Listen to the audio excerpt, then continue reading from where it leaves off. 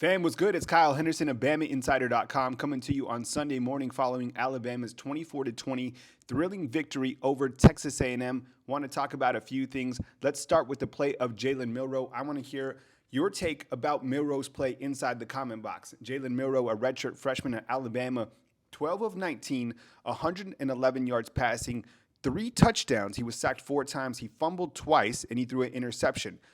What's your take and what's your assessment of Jalen Milroe up to this point? Do you feel that he can be the quarterback of the future of Alabama? Do you think it's still too early to tell? I want to get your take on Jalen Milroe.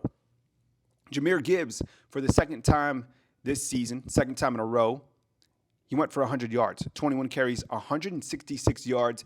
One of the things that continues to stand out regarding Gibbs is his burst, his ability to be patient, to read blocks, and his acceleration is something that, quite simply, we haven't seen at Alabama in a very long time. Just exceptional what he continues to do. Also, he had 3 receptions for 13 yards, one of the lowest totals that he's had receiving-wise, but still very effective.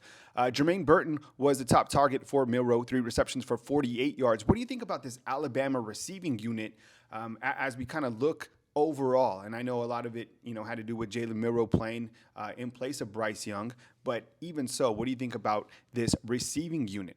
When we look to more statistics for Alabama and Texas A&M, I feel like this defense continues to do their job. I think that even though William Anderson only had 2 tackles, he had a career best 8 quarterback hurries on the night.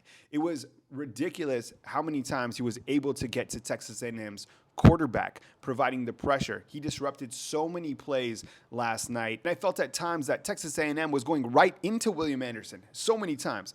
8 career quarterback hurries, the second all-time since Derrick Henry had 9 quarterback hurries back in 1988. That just shows you how good William Anderson is overall. More on the defense. Defensive back Brian Branch was everywhere last night. 9 tackles, including 2 tackles for loss, 2 pass breakups. Cornerback Terrion Arnold, another redshirt freshman, finished with 8 tackles and an interception, and DeMarco Hellams finished with 7 tackles.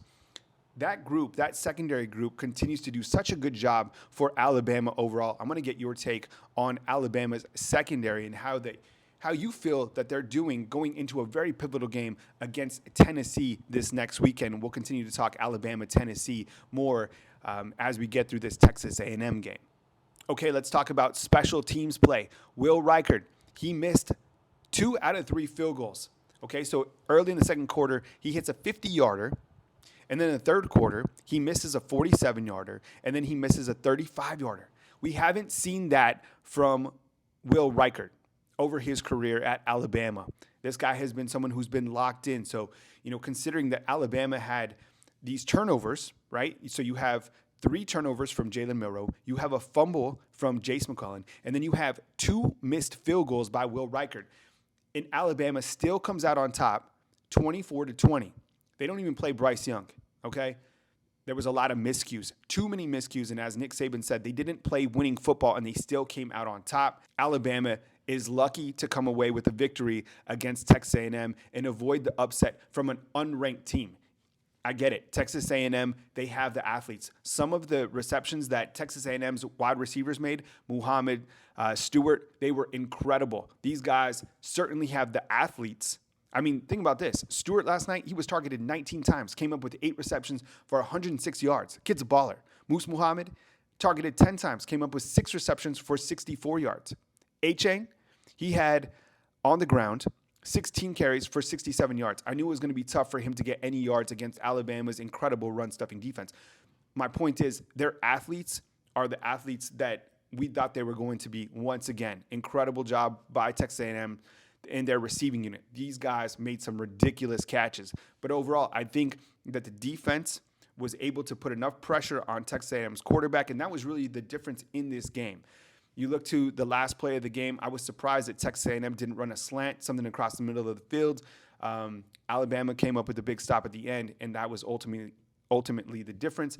Alabama now 6-0, 3-0 in SEC play. They head to Knoxville, Tennessee for the game of the week against the Tennessee Volunteers, who are also undefeated. There's going to be a lot to talk about. There's going to be a lot to break down. I want to get your take on this Alabama team. Remember, I want to get your take on Jalen Milroe. I would assume that Bryce Young is healthy for this game against Tennessee, but overall, just collectively, when we look to the future of the Alabama quarterback position, is Jalen Milroe the guy going forward, or is it too early to talk about that? Kyle Henderson of BamaInsider.com coming to you from beautiful Tuscaloosa, Alabama. Hit the thumbs up if you roll Tide, subscribe, and we'll catch you next time right here on BamaInsider.com.